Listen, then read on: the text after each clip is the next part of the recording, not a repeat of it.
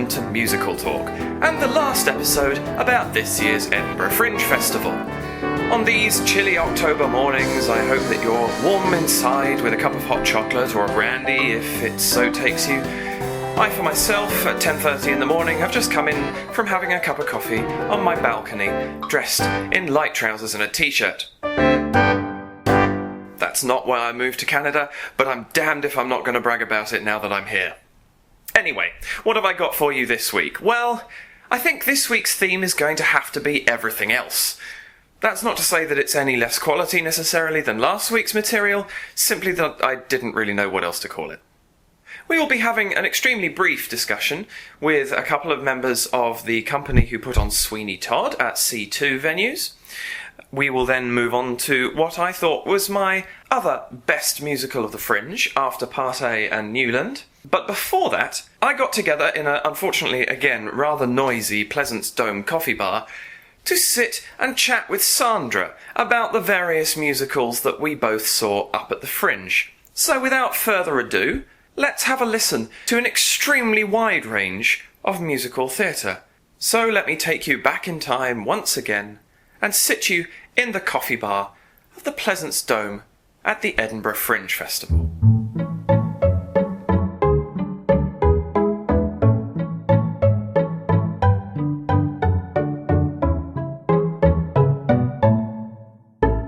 Right, well, hello again. I am once again in the Pleasance Dome doing another recording for Musical Talk with Sandra, and again an early morning. And again it's an early morning. Yes, we've seemed to have made a habit of meeting up first thing in the morning when neither of us is entirely awake, but we are going to have a go at talking about some of the musicals that we have seen over the past couple of days. Some together, some apart, and some individually. So let us begin with something that Foss has already discussed and we've done a brief interview on, which is The Drowsy Chaperone. Now, we saw this on Saturday night. It was a bit of a spur-of-the-moment thing because I wasn't actually planning on seeing it, because I don't know if listeners know, my plan when I come up here is I don't see established musicals. I only go and see a musical if it's new, because my aim is to go and see things that I wouldn't normally see in London. Drowsy was an exception because, one, I love it, and two, Foss didn't manage to interview the cast, so we thought we'd see it and do the same. But anyway, I'm actually rather glad that came about, because this was a rather brilliant show, was it not? Yes.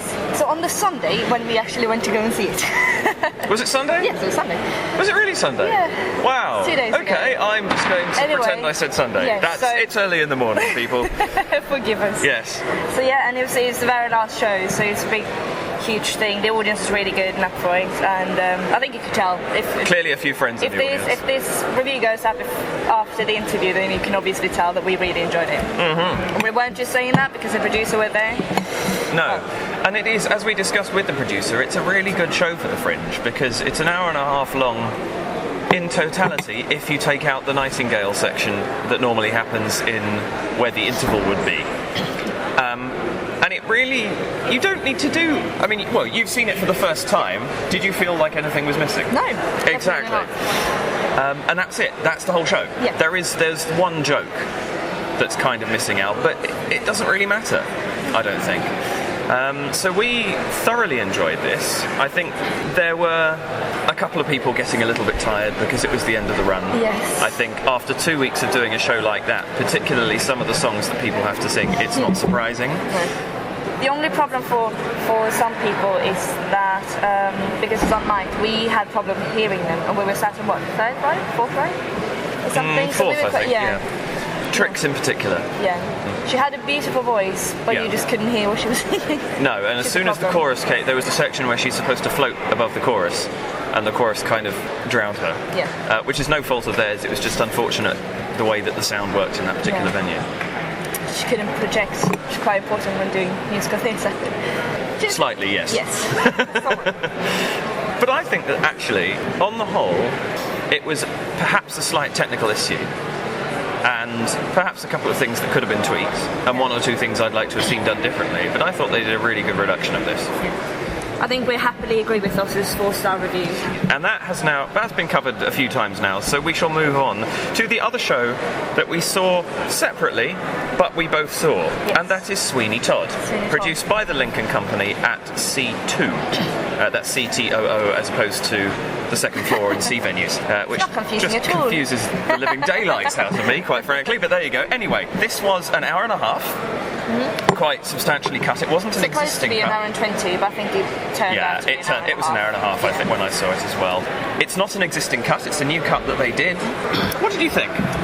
I think, because I know the original so well, I can quote literally the entire musical, so I can tell exactly what they've done script-wise and moving stuff. There's a really clever thing in the beginning, how they did Poor Thing, just before he comes into the pie shop.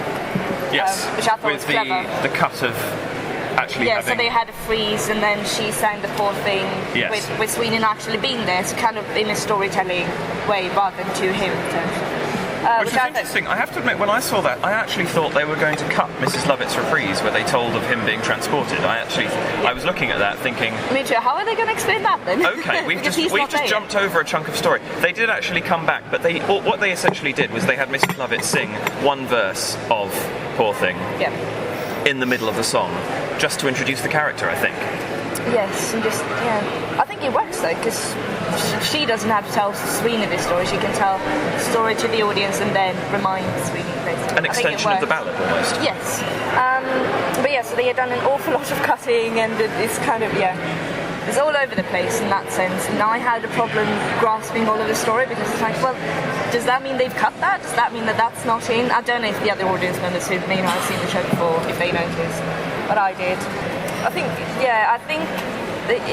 I felt a bit stressed watching it, because it was clearly they needed to keep it short, which is fine, fair enough. But I thought they cut out a few vital bits, and such as the judge is barely in this production at all, and you really need to get a grip of how nasty this character is. Fine if they cut Mea Culpa, that's always the first one to go. It is. I think actually in many ways Mea Culpa isn't often cut. I think it's actually more a question of Mea Culpa is sometimes put into the production. Yeah, that's very true. Because I think a lot of productions... But yes, you're quite right, that is the first thing to go. And there are the obvious ones as well, aren't there, like Parlour Songs and By the Sea, which just aren't really needed to actually continue the story. But, sorry, it does an awful lot to the characters, I think, a few versions. I can't remember what was cut now and stuff, but... well, there were bits and pieces. By the end, I was like, okay, but that doesn't quite make sense, because then that happened before... I do think that part of the inherent problem here is that we are two people who know this show extremely well. I have a copy of the score, I've played the whole show in my time. Next to my bed. Yeah. Literally. This is... And I wonder if part of the problem with this performance was that for people who really know it well, we're sitting there filling in the blanks. Yes. Because I agree with you. I was trying to work out where each cut was taking us, where if I didn't know the story, obviously that wouldn't be an issue. No. So I think they come up against a slight brick wall there, which is that people who know the show well... Which is a problem when doing an established show, because people will compare it. Of course. And unless you do... Thos and I, you may not have heard this particular story, but Thos and I went to see A Funny Thing Happen on the way to the Forum, which only contained one song. What? Which was Comedy Tonight, sung at the beginning and the end, and everything in between was just acting, no song at all. Does it still count as a musical? Well, we wondered about this. That was so different that you ignored all the cutting because you didn't quite know what was going to happen and you just ran with it. I think that Sweeney was somewhere stuck in the middle where it was different, but it wasn't different enough for you to be able to put the original to one side. No. And it's not based on the play, it's based on the musical, it's got the same music and everything. Yes, it's not like they're just using the same story, it's the same show. Quite so. So I think Sweeney Todd should be a small production. I don't think it should be a huge West End show, which it obviously is and is doing very well. But I quite like it being in the sort of small basement and telling this weird story of something that supposedly happened, which it didn't. But yeah, I quite like the intimacy you get in small productions. It becomes a bit more threatening. Yeah. And it's like you're being let in on a secret. This is people of London telling what happened on Fleet Street, kind of gossipy. And it doesn't have to be huge. And there were some bits and pieces of this production that I thought were done rather marvellously. They overcame the deaths very well. Yes, I was just about to ask. Should we give it away? How they do it? Well, given that this isn't going to go out while the run is still on, I don't think it's any problem. I know Nick saw a production where when they had their throat cut, they had a red tie put on to signify right. That. So it's kind of a similar concept here, where they have their throat cut, but they take out a handkerchief which is covered in blood and they hang it on a washing line which is just going over the stage. And I have to admit, I was sitting here for the beginning of this production going, what on earth is that washing line doing there? And I was trying to fathom out. Well, I was sitting in the front row and it was right in front of me, and I couldn't work out quite why it was there. Oh, but I thought it was rather clever because it meant that they could make the deaths very quick, which obviously, depending on how grisly you want to be. And by the end, when the whole washing line is filled with, bloody, I think that's a quite good image. I was sat on the front row by one of the aisles, and people were just running past me all the time. I had to watch out for cast members. I nearly tripped up Mrs. Lovett at one point, actually. No, really. The judge kicked me. Yes, there was the chairs. The production was a little wide for its space. I think I was always nervous I was going to catch someone, but I didn't. Yeah, it's fine. But there were some directorially. There were some very good bits. I actually had a couple of set malfunctions on the day that I was there, which was they had this quite rather clever set, which was is this a fold-up? The centre was a solid piece that stayed put, but each side of the backdrop was a triangular sort of truck that you could roll round and open out to show different scenery, which was very clever. Unfortunately, a couple of times they weren't pinned in properly, and the door just gradually swung open when it wasn't meant to, which was slightly awkward. But actually, I think it was a very clever set for the show because it allowed them to create different atmospheres reasonably well. Another thing I find interesting in any Sweeney production is how are they going to do Toby? Because Toby started out just being a normal, like 20-something-year-old man with some sort of disturbed mind. I can't remember what it is. And now, since the film, he's started being played by kids, well, younger people. And in our production, he's played by a woman playing a young boy. Yes. What do you think of that? I think it worked, actually. I found it unnecessary. I think they could have found, if they wanted to go for the young boy, they could have gone. I think the thing with this is it depends upon the makeup of their society, because this is a university company. I'm sure that was probably their best choice. And actually, to do this girl credit, she actually sang the part beautifully, and she had some high notes that I'm fairly certain probably got a few passing bats to listen in, because she had an astronomically high voice. And I thought that the only thing I think that was potentially a problem was because it was played by an adult woman, the voice was a bit too sweet. Which sounds odd because Toby's being sweet makes it creepy, but it was sweet in a sort of angelic quality rather than a creepy quality, which I think lost something slightly from. Although I thought she went mad at the end very well. Yeah.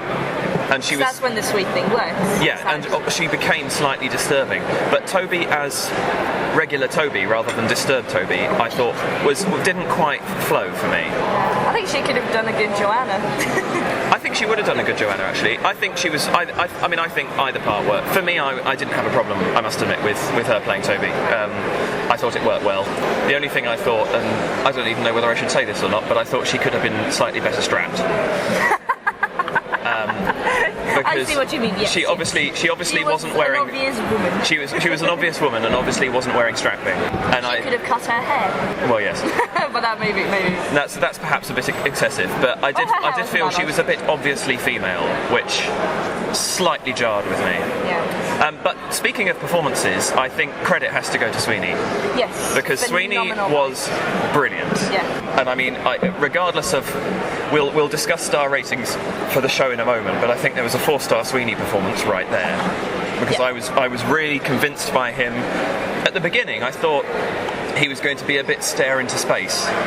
But actually, once you got the intricacies of him getting angry at losing the judge and then going through the epiphany, that became clear that was just the almost directionless Sweeney. And once he had his goal of I'm going out to get you, he became much more three-dimensional. And actually, I thought that forgave what I thought was going to be slightly questionable beginning. When it comes to Sweeney, he's his mind is often elsewhere when stuff is going on around him, and I thought he did that very well. He was still in the scene, but just kind of not connected with the characters, which Sweeney's not supposed to be at that point. He's just focused on what he needs to do, and then everything happens around him. Absolutely. We had a bit of a problem with the judge simply because he seemed way too young. Yeah. And he wasn't scary at all. That's the creepiest character in the story. It's him and Mrs. Lovett who are the real villains. Yeah.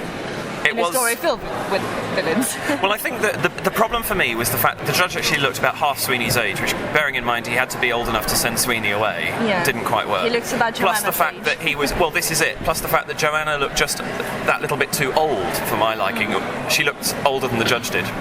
Well, that's what you get in this kind of small fringe You do. show. The thing that makes me, the judge had good hair to be greyed up. Yes. And he was there with jet black slicked hair, and I just thought maybe that's one thing they could have done to improve and slightly creep the character, is just make him up a little bit. Because if I was going to criticise something in the visual, actually I like the visuals of this show. I thought that the costumes were good. I thought on the whole, the Beatles costume in particular, I thought was very effective. I just felt that the judge was the one who looked wrong. Yeah. And that's just a little nitpick, really, and something that could be easily picked up to improve the overall aesthetic of his character. So, with that in mind, we had a chat about this, and we agreed. We agreed in the end. There's some things I really loved about this production, and then some things I really didn't take to at all. And of course, we also saw it on 2 different nights, so we may have got 2 different performances, but we settled on a 3 stars for this show, with a couple of 4-star performances. Yeah. It was good. It was problematic for people who know the story too well. And you have 2 Sweeney nerds talking here, so that was going to be a problem. Yeah. But I was glad I went. It's by no means was I upset that I went to go and see the show. I'd love to hear from someone who saw it for the first time at that show. I'd have loved to hear that. Anyone on Twitter, just let us know. Yeah, please do, actually, because that would be very intriguing to hear your views on sort of what this was, especially if you have then since seen the West End production. And do not see the film. I think some of the people in this production had seen the film, and that's there were a couple of slightly inspired performances, weren't there? Why did they? Okay, a pet peeve of mine is when they cut the right arm, when they just go, "My arm is complete again." My right arm is complete again. It's right. I don't know why that bothers me, but he did the film version of just "My arm's complete." However, they do that in the West End as well, I believe. They just do. One of those things, I suppose. But that's just the other thing I think they need to be a tiny bit careful of is not setting up particular lyrics, because, now correct me if I'm wrong, there's a couple of examples of this, but the one I remembered was where Mrs. Lovett is saying gillyflowers or daisies. Yeah. She said perhaps gillyflowers instead of daisies when she hadn't actually yet mentioned daisies at all. Yeah. So be careful when you're cutting a show not to cut something and then put in something which refers to the bit you've just cut. And it's like the reprise of By the Sea comes in later in the show. Well, not a reprise, but it's there, and we haven't heard it at all during the show. So that's in a way slight, because it wasn't sort of properly. I guess it's fine, but you can kind of get away with that. Yeah. But I do agree with you. It is so. Yeah, just something to watch out for. Some lyrics they just got the wrong meaning of. So there was 2 instances I thought of. One is when a cockroach runs over her desk and she's supposed to say, "No, you don't." But here she said it to Sweeney, "No, you don't," because he was trying to leave. And there was another one, but it's tiny things. Yeah. It's just the things we notice because we know it too well. Yes, absolutely. Well, that was it for things that we actually saw together, other than the fact that we were unknowingly seated about 3 seats apart when we saw Jimmy Carr, which is quite funny. So let's move on and talk about what you've seen, because you've seen quite a few shows. I have. It's my first time in Edinburgh, and I was so excited, and then I had such a nightmare journey. Everything's gone wrong for me this trip. It hasn't exactly been the smoothest ride I've ever heard of. Everything that could go wrong has gone wrong. But that's fine. But you managed to salvage it. Yes. And you've managed to see an awful lot of musical theatre as a result. Yes. Literally, when I first arrived, I went to Fringe box office where everything crashed. In the end, I managed to get my tickets and went straight off to see venues, to see Company, obviously the Sondheim one. Now, this is something I cannot see, because it's the full 2.5-hour show, isn't it? Yes. And regardless of what time my show happens to be happening, it clashes with me. Which is a real shame, because I really enjoyed this production. Okay. I did. I thought it was Do great. tell. This is the first time I've actually seen a production of Company. I know it quite well. I have, I think it's one of Sondheim's better, and I'm a huge Sondheim fan. I have a bit of a problem with story when it comes to this, because it's about Bobby, who turns 35, and he's not sure whether or not to get married, or if he wants to get married, and he's surrounded by couples. What is it? Good and crazy people, your married friends, indeed. Yeah, exactly. And he's got the great song Side by Side, which I just love. To which I automatically just add, bye Sondheim. Yes, right. Me too. Anyone who has seen Side by Side will do, I think. It's, yes. It's the perfect ending to a show. Anyway, that is neither here nor there. No. Company. Anyway, because I didn't see Side by some time, though I heard a bit of it when we were outside the Yes, we theatre were sitting eating. in the venue and listening to it flowing through the door. Yes. I thought so it was my very first Fringe production, and I didn't, well, obviously I'd seen Fringe before, but first Edinburgh Fringe. Yeah. And so I didn't know what to expect. So I knew this was the full thing, which is rare for the Fringe. I just thought it was great. It was like seeing a proper professional production, like in a small theatre in London. Do you remember which company it was doing it? The Royal Conservatoire of Scotland. Is that how it's pronounced? Oh, it's the RCS. Yes. Okay. Now, the RCS, of course, do 3 shows every year, and this is something that Thos and I discussed last year. They will do one big show, and they will do an established existing musical and do a big production of it. They will then do 2 smaller shows, which I believe Thos saw Active Virgin, which is one of their smaller shows, and I forget what the other one, Towards the Moon, the other one, which I don't believe anybody of us have seen, so No. Do tweet us and let us know what that was like. But yeah, so that's their standard pattern. Now, unfortunately, as of yet, I've still got a few days to go, but I haven't managed to see any of these, and obviously, as I said, I can't see company. But last year I did see one, and it was very high quality. So from the sounds of what you're saying, that has been maintained this year. Definitely. But yeah, I was just kind of blown away by how professional it was, and it looks, and it was great. It was a small production, it didn't have many set pieces, but it didn't need much set pieces, really. What's really nice about this show is that you sit and you just enjoy the show. You don't go for the amazing story, or you don't go for this or that. You just sit there, enjoy the 2 hours, and then you go home with kind of just having seen a nice show. It's not... Now, this is in C venues. Yes. What size band did they have? Did they have a full band for this? 8, including the conductor. So 7, yeah. But yeah, it was really good sound. It was a bit warm in there, but maybe that's just because I've been stressing around all day, running around like crazy. Yeah, because it was in the... C-1, the main Yes, theatre. -1, yeah. Which is a warm venue at best of times, to be fair. Yeah. And it's kind of half empty, which is a bit of a shame, because I think that show deserved an audience. And this is bearing in mind you came up in the middle of the second week. Yeah. Yes, I just enjoyed it. That was it. I didn't overanalyze this show. I just sat there and just enjoyed what is the great Sondheim, and great ensemble. Every single person was great. Nothing really stood out as phenomenal or bad. I just thought it was really kind of good and just nice and enjoyable and very watchable, and people should go and see it. That's what I have to say about Company. You then went on to see... I've seen a few comedians and stuff like that, but that's not what the podcast is for. Indeed. So the next proper musical I saw was the 25th annual Putney County Spelling Bee. Did I get everything? Putnam County. Putnam. What should Not I say? Putney It all takes place in southwest London, folks. Yes.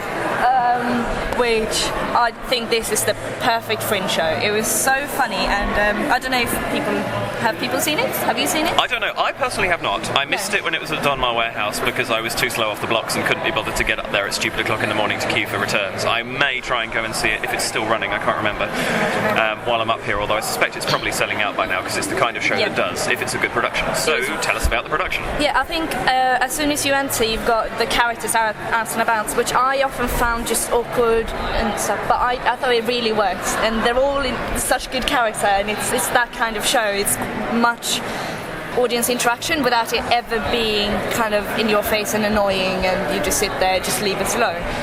So first of all, when you come in, you can sign up for the spelling bee, and they get 3 people up on stage to join them in the actual spelling bee and in some of the dance routines, and it's so funny watching. Excellent. We had 3 lovely people who did well enough to last for a bit. But yeah, and it's just a charming, small show, and the cast is phenomenal. Acting-wise, it's just spot on, and it's so sweet and so nice, and you laugh throughout the entire thing. And it's got heart as well. It's because you've got these really silly things, and they dance and they sing and they throw sweets to the audience, but then you've got actual heart in it as well, with this one young girl whose parents doesn't really spend any time with her. Her mother's in For those listeners then who don't particularly know the story, what's this show about? And tell me, because I'm not that certain, to be honest. It is what it says on the tin. It's the 25th annual... no, Putney. It's basically a spelling bee. It's 26th annual Essex County. Yes. So when you come in, the characters go around and ask, so you in the spelling bee? And I said, no. Oh, do you know anyone in the spelling bee? So do you just like spelling? We just went, yeah. You're just basically watching a spelling bee, but it's a musical as well. It's got the songs and the dances, and it's just charming. It's all of these really clever kids. I think it's about 6 kids plus the added 3 from the audience who compete, and each of the kids has a story they're telling, and it's just sweet and charming and funny, and it was such a sweet production. It was really good costume-wise and set-wise, because it was a really tiny space. They did so well with the space, and it did feel like you were kind of in a genuine spelling bee, apart from the fact that they broke out in song. And I just bought the whole thing. It was so sweet, and yeah. I can't say well enough things about this production. I thought it was genuinely wonderful. Fair enough. An excellent recommendation for it then. Well, and a definite 5-star rating. Fantastic. Well, if I do get the chance to go and see it, I will.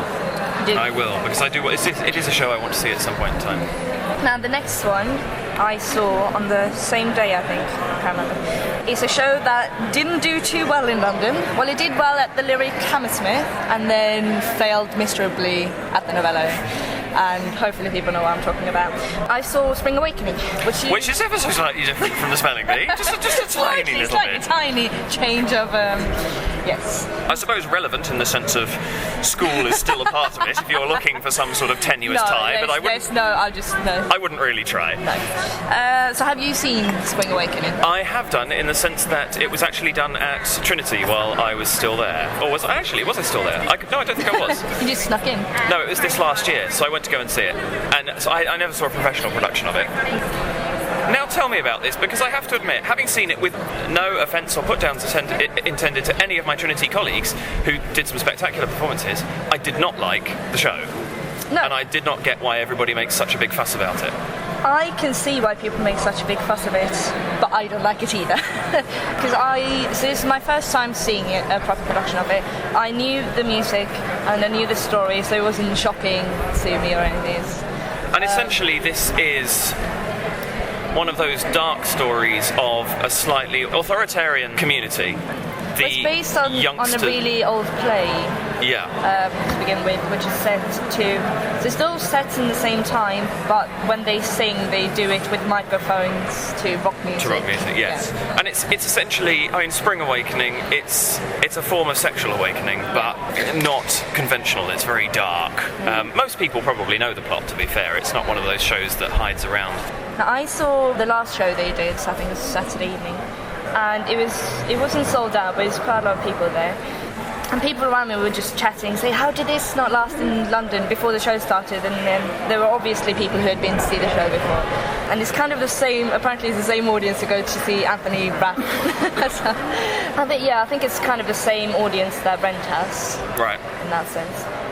And the people around me couldn't understand why no one liked it, or why it didn't do well, and I could so obviously see where this show fails. I just don't think it's that, because it's not that shocking to me. Which is one of the main selling points. It's shock factor.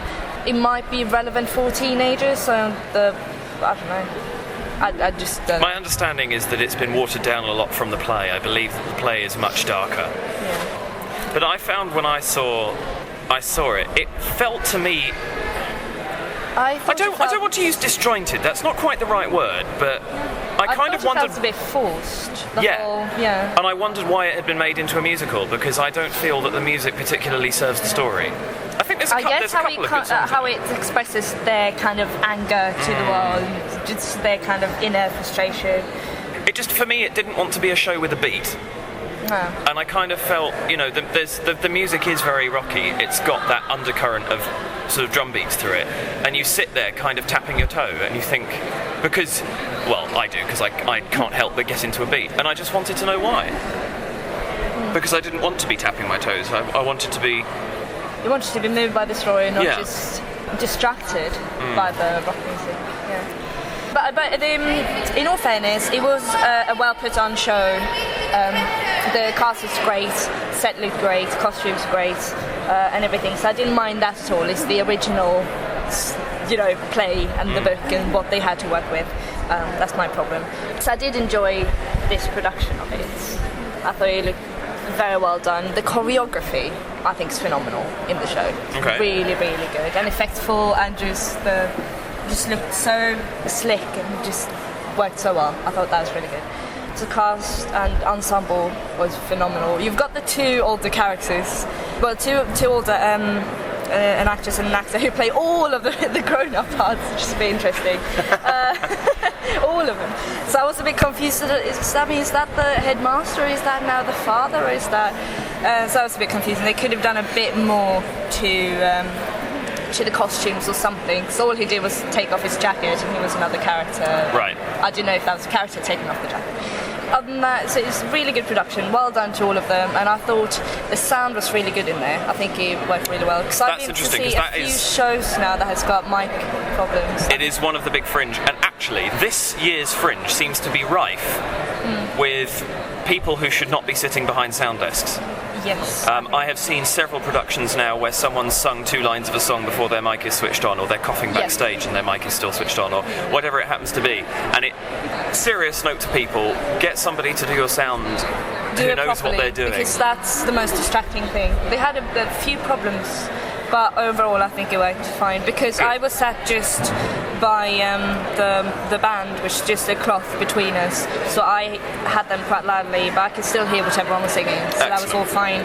So good proper mics as well, not the small tiny ones which seems to just break down all the time. But yes, I think I would give this show, I think I'd give this show a 4-star review, because I thought production value and everything was great. And I have problems with things not particularly to do with this production of it. Sure. So, I think, yes, okay, 4 stars, well done. Let's do that. Okay. The one I went to see after that is the one I'm really, really excited about, because I went to see An Appointment with the Wicker Man, which I think is genuinely the best thing I've seen this Fringe. I just hope it makes it to London. I just want to go and see it again and again and again. This is a point where you're going to leave me behind completely, because I have never seen the film of The Wicker Man. We talked about this very briefly in the queue for The Drowsy Chaperone, but I honestly don't have a clue what this is going to be about, so... Okay. Your turn. The cult classic The Wicker Man is one of my all-time favourite films. I love it to bits. And I actually tweeted, because I went to a Wicker Man event with the director who's doing a talk at the Prince Charles Cinema in London, and I said, The Wicker Man would actually be a great show, or a great play, or technically musical, because it's got music in it. And then here we are at the Fringe, and I have to say, it's a perfect production. So, do people know The Wicker Man? Do you know The Wicker Man? Well, personally, no. I know kind of the basic premise of what it's about. I just don't know the story. It's about a police officer who's a virgin and who's Christian, who goes to this pagan island, his name is Howie, to look for this young girl called Rowan, who's been missing. He's got a letter saying that she's missing, and when he comes to the island is a really weird, proper pagan. And the twist doesn't come until the very end, which I don't know if I should give away or not. Probably not. Probably not. The whole film is all about the details and the underlying messages and stuff. And so this production, An Appointment with the Wicker Man, is all about this small play company in Scotland who's putting on The Wicker Man. A play within a play. A play within a play. And the first thing, when you come into the theatre, they give you the programmes, which are so funny. It's literally... So they have these fake programs with fake biogs and fake ads, and it's just genius. I was laughing before the show biogs started. Of the actors in the play, as opposed to the actors playing... How do you describe it? The actors, not the actors who are actually you are watching, but the actors they are portraying in the first level of the play. Yes. Do we get that? Yes. More or less. I'm sure people have got it. Yes. I don't know if you get everything if you haven't seen the film. I'm sure you would still enjoy it because it's funny. It's about this really bad play company putting on this kind of cult classic, and the opening scene is a Broadway dance number in a cult classic, which is kind of... Excellent. So actually this... Just by saying that, you've now... I have to ask this question. How how do you turn something like The Wicker Man into a musical production? It's not a proper full-on musical, but it has got a fair It's bit got a Broadway dance number at the top of it. It's got to be relatively musical. Okay, well it's what happens is that the actor who's supposed to play Rory has mysteriously disappeared, and so they have this new actor come in named Rory, who is a cop on a TV show. So they get in a proper actor into their small company, and it's basically they're mirroring the original story in The Wicker Man of the police coming into their island, and the islands are really weird, so the play people are really weird. See what they did there. And this show has, apart from just the normal twist, this one has a twist on a twist and on another twist. A play with a twist on a twist. Yes, but I was blown away how clever the show is, and it's got the attention to detail. It's just in the tiniest set pieces, in the tiniest like costume stuff and everything, and it can be a small line, and lighting is perfect, and it's still really creepy. It's still really creepy. The first play, the play we're watching, not the Wicker Man, but their play. It's really, this is starting to sound like Inception. It is. Which level are we on now? But yeah, I can't rave about this enough. The only slight thing is that by the end of the show, it drags on a bit. Like just go on with it. How long was it?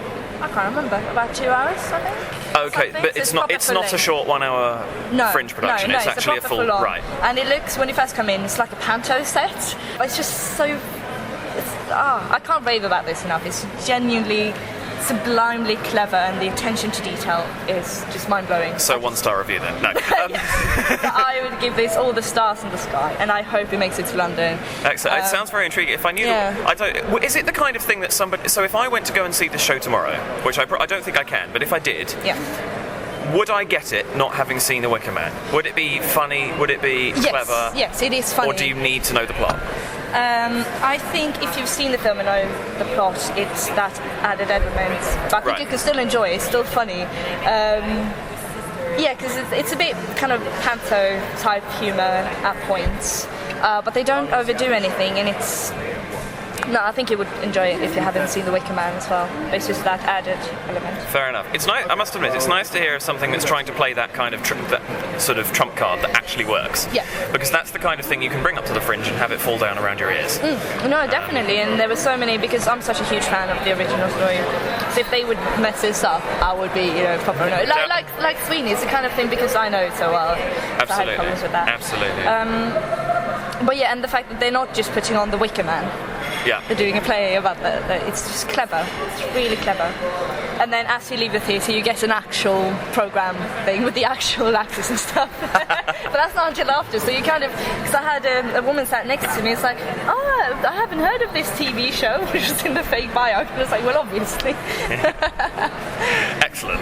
So yes, 5-star, and I hope it makes it to London, and everything about it was phenomenal. Fantastic. And everyone should go and see it. Well done to them. It sounds like a very good show. Yes. Best thing I've seen all Fringe. And that pretty much concludes my theatre week. Fair enough. How about you? What has been your highlight? Funnily enough, I think that probably actually wraps up mine as well, because everything that I've seen that's musical, I've either discussed with Thos already, in which case it's on our section of the podcast, or it was not musical theatre. I'm seeing a few musicals. I'm seeing 2 today. But actually, since we spoke, apart from the things we've seen together, I've seen magic shows, I've seen a bit of comedy, and I really haven't actually seen much musical theatre in the last 3 or 4 days. I sort of had a spate of it, and I've got another spate of it coming, and a little bit of a dearth in the middle. So that's going to have to be it for me. Yeah, that's good. But I've really enjoyed the Fringe. It's my first time in Edinburgh, first time at the Fringe, and there's just always something on, and everyone's been friendly and helpful, and there's just this great atmosphere everywhere. There's always someone performing somewhere. And absolutely. Now, actually, bearing in mind this was your first time at the Fringe, it'd be interesting to know, did you plan everything, because obviously you had all your trouble with your particular journey, which involved having to drop some shows that you'd have been planning to see and so on. Yes, which is a big shame. And you had planned everything you were going to see in advance. Now, bearing in mind your plan fell through, were you sold a show on the Fringe, or did you just re-plan? Did anyone come up to you and actually convince you to go and see a show you weren't necessarily thinking of seeing? Not necessarily musical, just in general. I'm thinking. What have I seen? Now, what I did was a couple of weeks before, when I just booked my train tickets, I went on the Fringe website and went through every single page under comedy, which is 99 pages of comedians, and musical, which is about 19 pages. Some things really caught my eye that I really want to see, like Company, like The Spelling Bee. So I booked those. Yeah, and then I just kind of tried to organise things. I had a list of potential things I wanted to see, and then when I came here, I would decide. I don't know if I've been sold anything, because I just haven't had the time or the money now, because of everything that's happened, to really just go randomly to see a show. Sure. I'll just try to be as organised as possible to make the most of the Fringe, because I know that it's a bit overwhelming, and we've got people. That it is. When you've got 2,700 shows happening in 3 weeks, yes. Well, this is why, listeners, you will hear in November time, for anyone who's interested in bringing a show up to the Fringe next year, I'm actually going to be producing, I think, 2 shows. One talking to sort of the more administrative and venue side of people here, and one talking to one-person show actors about experiences bringing shows to Edinburgh, because it is a very, very overwhelming city to be in for this period. The population of Edinburgh increases by 1 million for the month, which is an enormous number of people. 30-odd thousand of those are performers doing some 3,000 shows, give or take. No, well, not quite 3,000, but I think 2,700 or thereabouts.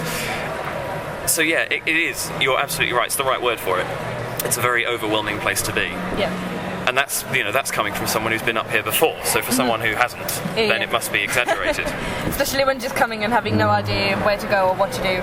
But it's been well organised though, apart from every single show starts late and finishes late. That's fine, that's what you get.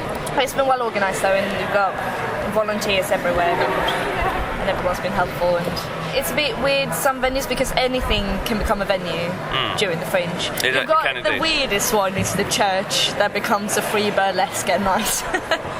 I think that's probably true, because I mean, the weirdest one up to a point was, for me, was the fact that a strip club became a venue in the first place, but the fact that there's a church with free burlesque just seems slightly odd.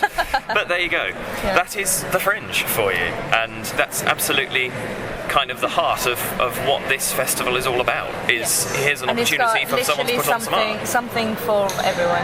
It does, literally something for everybody, because if you read through that if anyone ever managed to read through every show in that programme and swear blind that there was absolutely nothing in there that they wanted to see, I would eat every piece of clothing I own, let alone just a hat, because I think it's a very stage of professionalism as well. Because to be fair, I've seen a few things now that I wouldn't want to review for the podcast for various reasons. Yeah, understand. Well, I've seen one show now, both of the last 2 years, that I genuinely consider walking out of.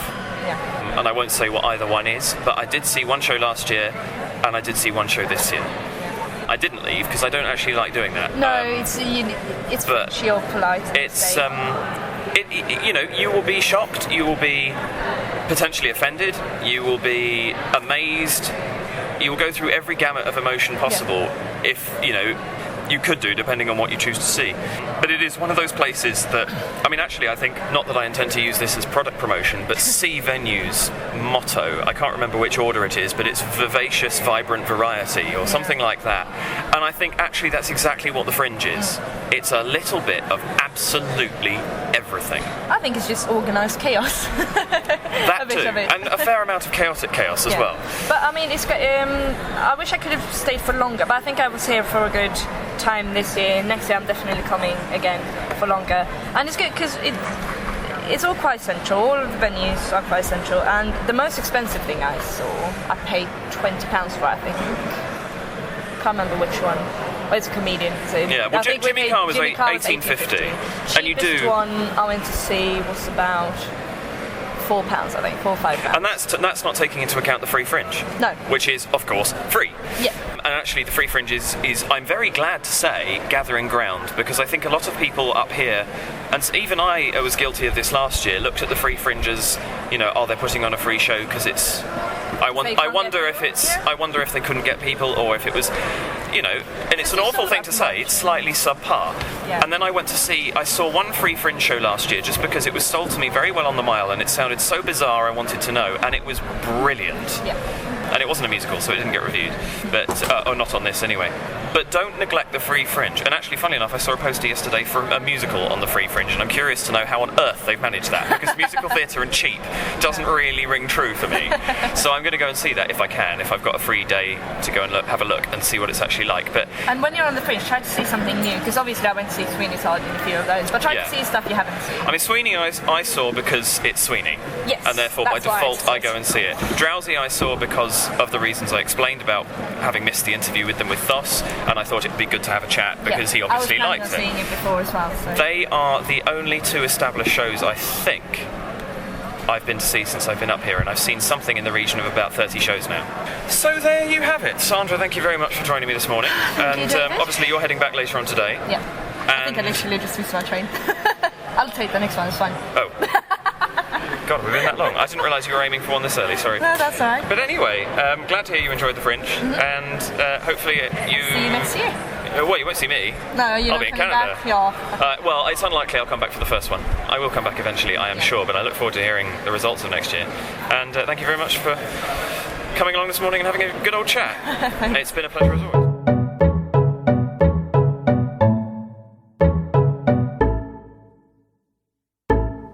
And so there you have it, quite the eclectic mix of musicals indeed. Well, I actually managed to speak to a couple of the members of the Sweeney Todd Company after their show, only very briefly as I was shooting off to see something else immediately afterwards. But here's a few moments discussing what it's like to cut that musical to such a size that it fits at the Edinburgh Fringe, and what it's like to then put that version on.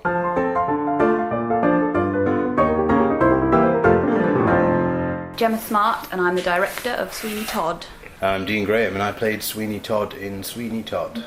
Excellent. So I have just seen this production. It's what many people would consider to be quite a large show to bring up to the Fringe, and it has been shrunk onto a very small stage, very effectively, into an hour and a half. How do you go about taking a show that's this big and managing to compress it into... I mean, I'm not sure the dimensions of your stage, but it looked about 30 feet square, more or less. How do you go about shrinking that down, and what challenges has it provided to both director and actor? Well, firstly, in terms of actually shrinking the show itself, we had the massive challenge of getting this 3-hour score down to... That was the first step, getting the 3-hour score down to an hour and a half. And I'm right in... Sorry, I'll just jump in. I'm right in thinking this isn't the student version, is no, it? Because in that one, nobody actually gets killed on stage, whereas in here they did many times over. No, it's the full... Yeah, it's the full version. Basically, we sat down and we went, right, what's important to the narrative and what's not, what moves the story along, which songs are just kind of nice things to look at and listen to. We worked that out, and then we also said what's different to the film, because we don't want people to come and just watch the film on stage, definitely. So that's why we added in, that's why we kept the ballad, that's why we kept the 4-part Kiss Me, things like that. Yeah. In terms of shrinking it down, I think that right from the very start I had this idea of it's them telling a story. Sweeney sings a line at the start, what happens next? Well, that's the play, and we wouldn't want it to give it away. So we're not, this isn't he's Sweeney on stage. This is a group of people telling the story to the people that have come to this space to watch it. And I think that in itself is quite an intimate thing to begin with. And I think that gets lost in a lot of the big productions of it. And that's something that I really like about it. It's this troupe of people coming and telling you the story, almost as if they could pack themselves off like to another place and spread it all out and do it again in whatever space they were in. Sure. Telling the story. I like that sort of. I think there's the intimacy of the space. It sort of magnifies that involvement for the audience. I think in terms of the telling of that story, in terms of their kind of presence in the play. And obviously, there's a lot of moments in the play where there is kind of direct address and things like that, and we do talk directly or sing directly to the audience. And I think that it works in that kind of small, intimate space. I think that's one of the great advantages of working in a Fringe space with such an intense musical, I think. Sure. And one of the things that a lot of people will imagine from Sweeney Todd, because it is almost always done in productions with some scale, is this concept of having how is the barber shop and how is Mrs. Love It's Meat Pie Shop represented, normally with a 2-level thing on stage and there's a chair up top and people disappear through it. Now obviously you're working on 1 level here, and you've come up with a rather ingenious method, I think, actually, of getting around that problem and how to kill people on stage and still have the transfer. So do you want to maybe sort of talk about that just for a moment? Yeah, when I first started reading the play, I think when we first read it, we all took it far too seriously. I think when everyone first reads this play, I think when everyone comes into the show, they're ready to take it very seriously. But I think if you read it as a melodrama, then it changes. It's completely over the top. And I think by being able to suspend belief, like, first you have to be able to... I mean, the story itself is ridiculous, really, isn't it? When you look at it at first, it's about a man who puts people into pies. So once you can accept that and consider that, then you're able to... Being able to, like, suspend your belief helps you then, for this to be able to happen, for us to have them next to each other on the stage rather than one above the other. Sure. And without blood spraying everywhere, you're able to... And I think those two things, once you realise that it is funny and it's not to be taken too seriously, I think then it can happen. The audience can then be able to and, like, allowed to imagine things are going on and sort of create... It's more in the... Like, a lot of it's just... They all know they're dying, but it's just imagining it and making it work in your head. And for those listeners who don't know the show, and why don't you go and see it, Dean, you actually get to play with the humour that Sondheim has put in here, because there are these 2 fantastic numbers throughout in the first and second acts of the show, where you see him with the judge singing Pretty Women in Act 1, where there's this massive tension building and you think he's about to kill somebody, and then he doesn't. Because he's waiting, he's going along. There's that first gag where he waits, and then, of course, Anthony butts in and interrupts later on. And in the second act, you have this beautiful song that he's singing away, murdering people left, right, and centre. So it must be a fun character to bring to stage. Oh, it's brilliant, and I think there's so much in it. And I think that one thing that I did worry about, I didn't was kind of doing it how it's done, and, like, not really having any sort of challenge. But the more that we kind of worked on it, the more I realised there is so much to play with in this character, and I think that every song that he does can go either way. I think that the sort of the spectrum between the kind of the humour and the really sort of deadly serious aspects of the music is there to play with in the music, in the kind of in the way that you deliver it. And I've just had so much fun doing it, really. Sure. And, like, finding where that goes, and I thought I didn't think it was going to be a challenge at first. But actually, it turned out to be a great challenge. Well, he's got a big fantastic journey, hasn't he, the character? Because there is that pivotal moment of the epiphany where his character has to change completely. Yeah, and he becomes, in parts, both terrible and also actually quite playful in his character. So there's a lot more to Sweeney, I think, than a lot of people necessarily see on the surface. We talked a lot about that, didn't we? Kind of the peaks and troughs and the way... Even through Epiphany, I think he goes through 4 different stages of mentality of exactly what's It's a very strange character arc to play with. Definitely. We did talk about that a lot, and I'd go to Gemma and be like, Gemma, I do not know how to do this at all. Like, I'm just like, I'm looking at it, like, it's up in front of me, and I'm thinking, why is he's mental now? And then he's all right there, and, like, how does that work? But as much as that was a nightmare, it's been an amazing challenge, and I've absolutely relished it. I think that's what every actor is really looking for, something to, like, really sink their teeth into, like, mentally as well. And being a musical director myself, and an actor as well, it's one of the things that I always notice is in the Epiphany. Yes, you're quite right, you have these stages, but of course Sondheim does give you the music. There must be a help in there, because particularly in the Epiphany, there are so many changes of mood in the music. So that's presumably something you take an awful lot from. Yeah, definitely. I think it's a certain... It's a kind of balance between deciphering the music, I think, and interpreting yourself, if you know what I mean. There's room for both, I think, in there when you're taking it on, which is wonderful, because you find there's these moments where you're like, okay, that is how, for sure, that's how I'm going to be. And then there's other moments where you say, oh, I've got room to change it, to put my own sort of spin on things. So, sure. And what about how's the audience received this? Because obviously it's not whatever people have seen before from Sweeney Todd. This isn't something they're going to expect. It's not the student edition, it's not the full show, it's not the film. I was part of quite a comparatively small audience today who seemed to enjoy themselves very much. So how have you gone down over the Fringe? Well, really well, actually. We're really, really happy with the response we've had. And it's just odd. Like some nights an audience will come in and they'll be laughing from start to finish. Other audiences deadpan. Like sometimes, and you say, I had a conversation with one woman. I said, "Oh, some people laugh." And she went, "Oh, it's definitely not a laughing matter."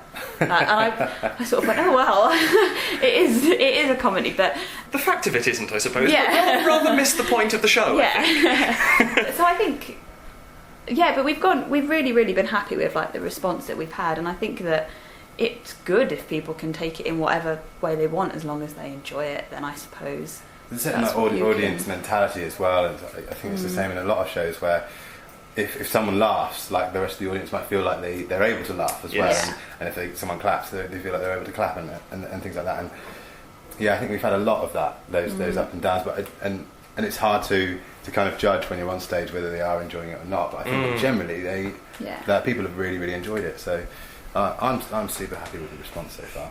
Good. And do you get applause throughout the show? Because tonight you didn't get anything, and there were points where I was going to clap because I know the show, and there was a little pause, and everyone just sat there kind of watching. And you do run music together quite quickly, but there were points where you felt we could have applauded. I think sometimes I always think that if people clap after the ballad, then people will clap the whole way through. Yeah, and then sometimes, some nights people will just clap after Little Priest and God That's Good, and that's it. And then other nights like tonight, you just don't get curtain call and that's it. Applauding. I don't know, it's just a different... I think it was interesting because it's the first time I've seen Sweeney Todd and not had applause, and in a way it stops you being pulled too far out of the story, because it was just running together, which is nice, and you do get those moments sometimes where there's a sort of freeze frame on stage while people clap away. And just very quickly, a little bit about your company, because obviously you're quite a young company on the whole, and there are youth people playing sort of older characters and things. So who are you? We're the Lincoln Company, and we're from the University of Lincoln. We're comprised of students from all 3 years of the drama course and dance as well, and graduates. We've got some graduates as well, and this is our 5th year. I think the Lincoln Company's 5th year at the Fringe. 4th? No, it's definitely not 4th. 5th or 6th year, and every year we just keep revitalising the company. New people come, like old people come back, and we keep putting on shows, and we always hear and see venues, and we're getting quite a good reputation. And this year we've got a real variety of shows. We've got 6 shows here. Yeah, we've got this, and we've just had a dance show which is just finished. Okay. And we've got a stand-up comedy show. We've got 2 pieces of new writing, one of which is an adaptation of Bouchner's Léonce and Lena, and Dean has written a play, Leather. Oh, indeed. Yeah, which we were at the International Student Drama Festival with this year. And excellent. we've brought that up 10:25 at C Nova. Around to see it. Yeah. And we've also got Captain Codless and the Legend of Plunge Island, which is a children's show. Spectacular variety. Actually, there you go. Vivacious, vibrant, and variety, which is C's motto, encompassed in one company. Exactly. Well, may I say, very well done. I must close there because I need to run off and see another show. But I really enjoyed that, and good luck for the rest of your run. Thank you very much. Sweeney Todd. Very different indeed from the recent West End production, but a pretty good attempt for something that's actually a real challenge to take to an Edinburgh Fringe show. Well, you've heard me name the last musical I'm going to discuss before.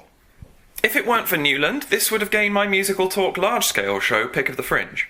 But that is no discredit to the people you were about to hear from, all 6 of them in this particular case. They put on a wonderful show, and one which I hope will gain traction now that Edinburgh is done.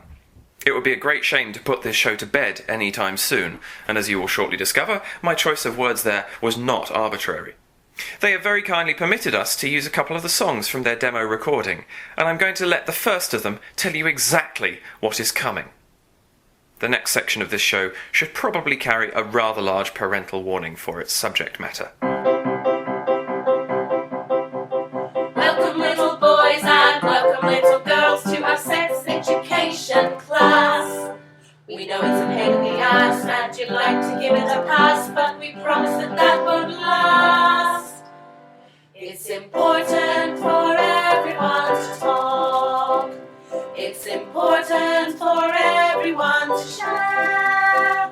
It's important for everyone to know each other. It's important for everyone to care. 'Cause it's lovely when everyone talks, and it's lovely when everyone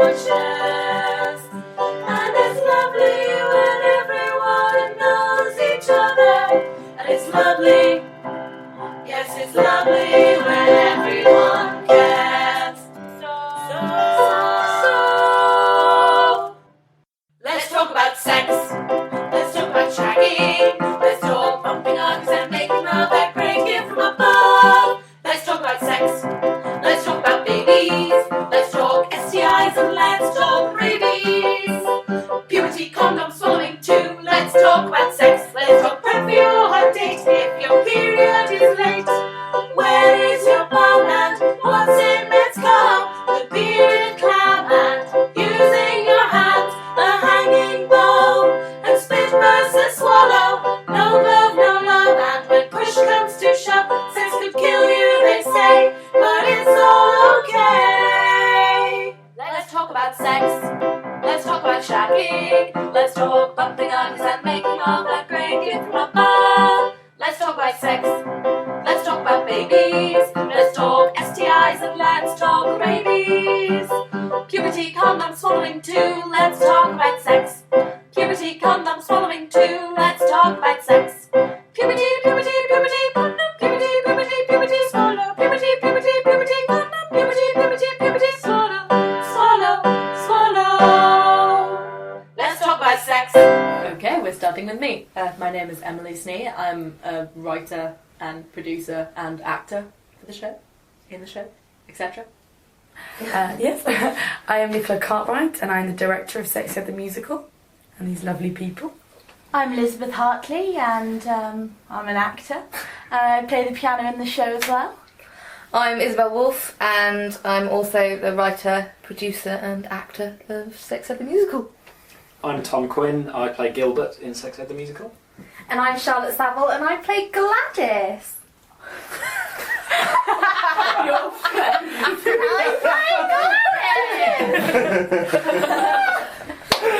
Excellent. That's fine, right? I can now ignore that unless the little orange light goes off, which is fine. So yes, as we have established during the course of those introductions, we are here talking about Sex Ed the Musical. I don't think I really need to ask for the listener's benefit precisely what it's about, but a rough précis of the storyline that you've got, perhaps. Well, basically it's about a boy, Gilbert, and a girl, Gladys, who have just turned 16 and they kind of meet and become involved with one another and then are coached through the whole awkward process of becoming more involved with each other by their 5 quite strange sex ed teachers. A variety of characters on stage, to put it very mildly, with their own social awkwardnesses and so on. I suppose the first question which I've been dying to ask, and I've saved it deliberately for this, is how on earth did you come up with this as a concept? For a while I'd been thinking about kind of Fringe generally and kind of what works on Fringe. And basically I grew up in Vancouver, there's a Fringe festival there, and one year there was a zombie apocalypse musical that was on, and all the reviews panned it, and everyone I talked to said it was absolutely awful and that I shouldn't see it. And I still wanted to go and see it, because it was a zombie apocalypse musical. And I was like, you can't not see a musical that's about the zombie apocalypse, I have to see it for myself. And so then I started thinking about that, and was like, that's quite a clever business kind of way to go with something that like you have to see, even if it's terrible, because you're curious. So then I kind of started thinking about the whole musical side of it, and also sex always seems to sell on Fringe. So that was kind of the start of it. We should probably add a disclaimer at this point to say that Sex Ed the Musical is not terrible. Just so you don't get the wrong bit of that particular conversation. Yeah. It's actually a very good show, which I saw day before yesterday now, I think. It's the Edinburgh Fringe. Time blur. It's an absolute... Time is illusion. Lunchtime doubly so. Kudos if you get the credit. So, you came up with this idea how long ago? About 3 years ago was the first idea of it. Yeah, just before I started drama school. And then, it was second year. Yeah, a year later, Emily came to me and said, I've got this idea for a musical about sex education. Do you want to write it together? And I thought, yeah, because it sounds brilliant. Yeah, and that was that was the start of the partnership. That was 2 years ago. That was 2 years ago. And he dragged us down with you. And the plan was always Edinburgh Fringe. Not originally. It was kind of just like, let's write a show that's designed for Fringe and see where it goes. And originally we kind of focused a lot more on writing songs, because I didn't, especially writing musicals, like I'd written my own songs for a long time before that, but I'd never written anything like songs for musicals. And so I was just kind of like, can I actually do this and be funny at the same time? So it kind of started as like a collection of songs, about like 10 or 11 songs that we wrote, and we kind of showcased them in like a kind of cabaret-ish thing. Most of the cast that we have now. I was one of the audience in the first time. And kind of showcased that, and we got way more positive responses than we expected to the extent that like the tutors at our university started kind of going, okay, you need to copyright this, and you like kind of started giving us business advice, and we're like, if you do this right, this kind of stuff could create like a base income for you for the rest of your life, so get on it. So then we were like, okay, well, we should probably make this a better show and extend it, and kind of like create a company and like do this whole kind of legally sound kind of thing. So yeah. How was the split of the writing done? It was, we both do most of it together, but initially I'm I've had a lot more experience in music, and that was a lot more experience with scripts. So we tended to we would sort of come up with lyrics, write the lyrics together, and then think about melody together and discuss kind of the style that we wanted it to be, and then I would go away and write it up into a more cohesive actual musical form. So that's how it tended to work, and that's pretty much how it still works. As we go on, we kind of, both of us have gotten more involved in the other side. Like I've learned way more about music from doing this. And me the same with script writing. I had no script kind of writing. Initially it was much more separate than it is now, and kind of both of us understand a lot more about the whole kind of creation of musical in general. So we've kind of work together on more elements, but generally it's like I'm kind of more script and I'm more music, but it's relatively even. Indeed. And Nicola, how did you get involved in the show? Was it obviously, presumably, while you were at college still? Yes, because I was actually on the same course as these guys, all doing the same acting. However, I should probably say, we haven't actually said this point yet. This is a group of people, all of whom went to East 15, down in Southend-on-Sea. All on BA World Performance. Just getting a little shout out there. Was that World Performance? World Performance, no, it's a new course, so we're still forging our path through. But because these guys, like I said, they did the sort of more cabaret style of it.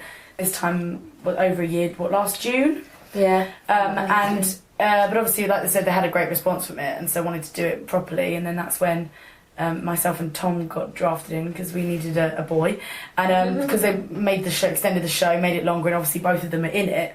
It was good to have an outside eye, and because I've already expressed at university an interest of directing, so they asked me whether I thought maybe I could help in some way. So they asked me if I'd come along, and sort of that started last September, and I've been directing ever since. Loosely based, but no.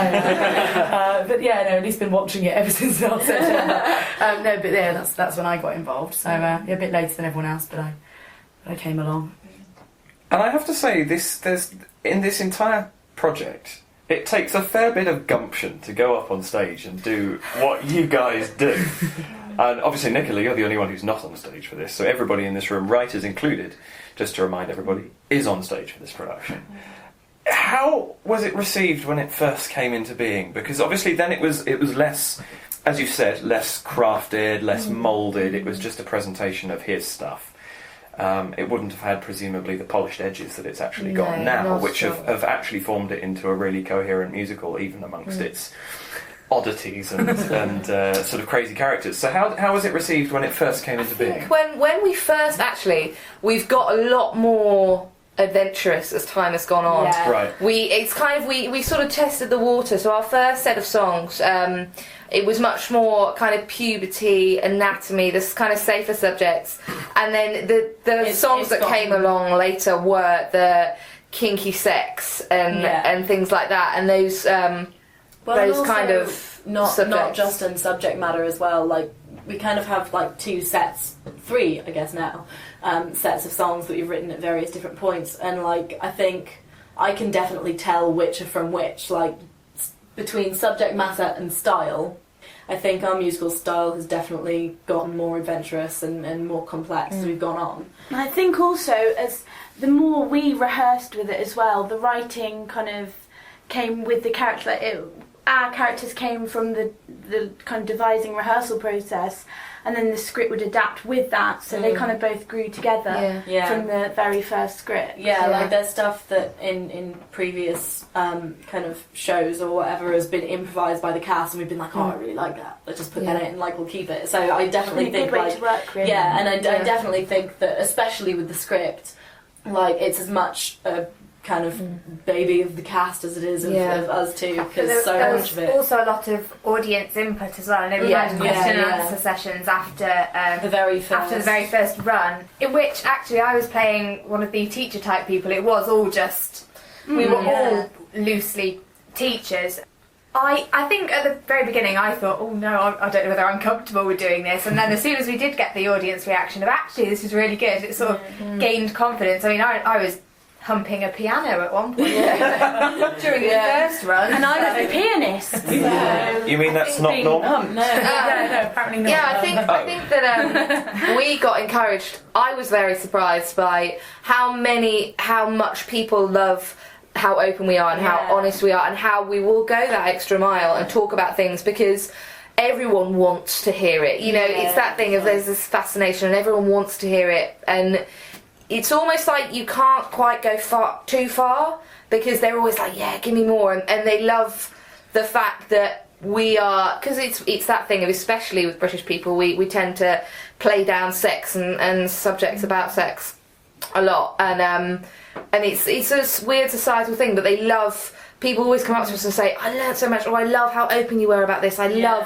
how you discuss that, because no one talks about that, and it affects me, or it affects someone I know, and I really like that you talked about it. And I think that instantly gets people on side, because they can always relate to something, and we go far enough that we can always touch with certain people.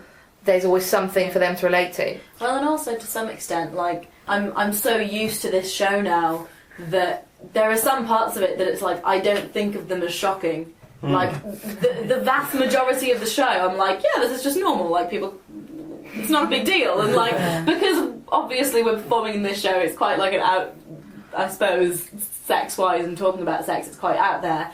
But to me, I've gotten so used to it that it's like it's not a big deal, and so like we as a cast have conversations that most people probably wouldn't. But it's like whatever, because like you get used to it, and it's like you kind of to some extent get a bit desensitized to it. So like today after the show we had someone coming up to us and was like, oh my god, there's so much stuff in there that like it's really good that you talk about, because no one talks about it. And I'm like, oh yeah, no one talks about this.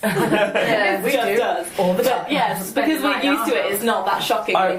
It really, really, really mirrors the confidence that you guys put in, because this is the kind of thing where if the confidence wasn't there, that's when the audience would feel awkward. That's when you would feel awkward as well. And it's the fact that you really do throw yourselves into this with complete abandon. It's actually what carries this show so far forward. At a graduation, we went down to shake hands with the Chancellor, and your face was on the big screen. He said, in front of everyone, he said, so what are you taking up to a Fringe? And I said, Sex Ed the Musical, and his face just he looked so confused. And I winked at him and said, see you there.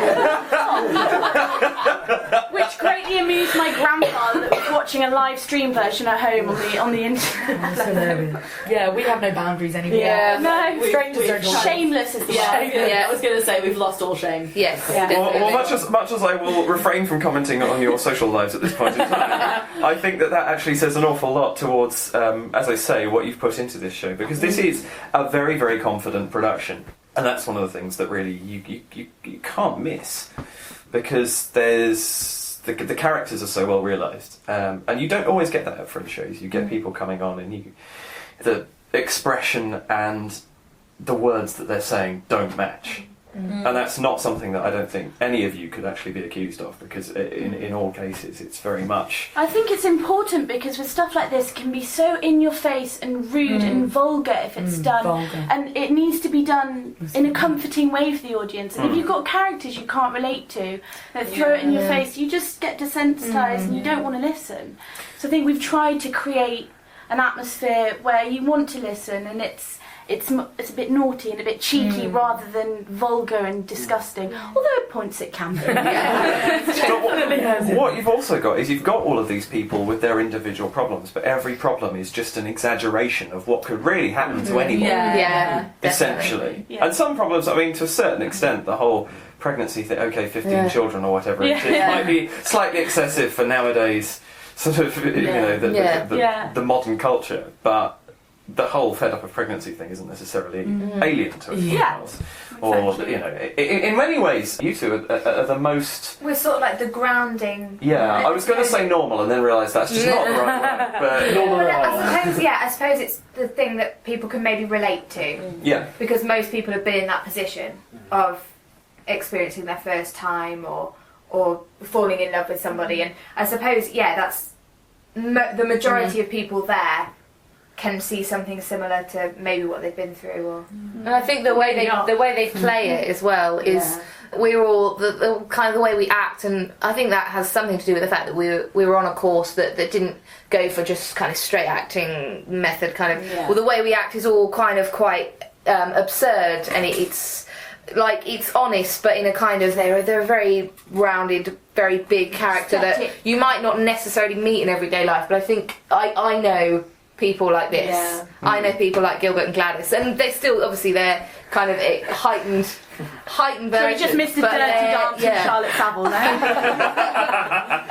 But I think they're maybe less heightened and more naturalistic than the teachers. Well, and also which I think important. Gilbert and Gladys are the only ones who really get to be awkward out of all the characters, because partly because they're slightly less insane than the rest of them, and also because they're younger. There's this kind of inexperienced thing, which at some point everyone has, because there's always something that someone hasn't tried, so it's awkward kind of thing. But they get the characters. We're sort of like a middle ground between the audience looking in on it and the crazy teachers themselves. That in itself is a question, because what's it like for you two? Because obviously you don't have the mask, if you like, of a completely batty character. You are comparatively normal, and therefore in a way almost more vulnerable in this kind of situation as actors, because you don't have that you're less obviously not yourselves, whereas these guys are all one would presume are nothing like the characters they play on stage. You guys are exaggerated regular people, which is closer to home. So what's that been like playing that? Because obviously they're, especially for you, Charlotte, because you've not had, where you've played the teacher before, now dropping back to play the innocent, well, not so innocent, but the apprentice, if you like, the one who's learning.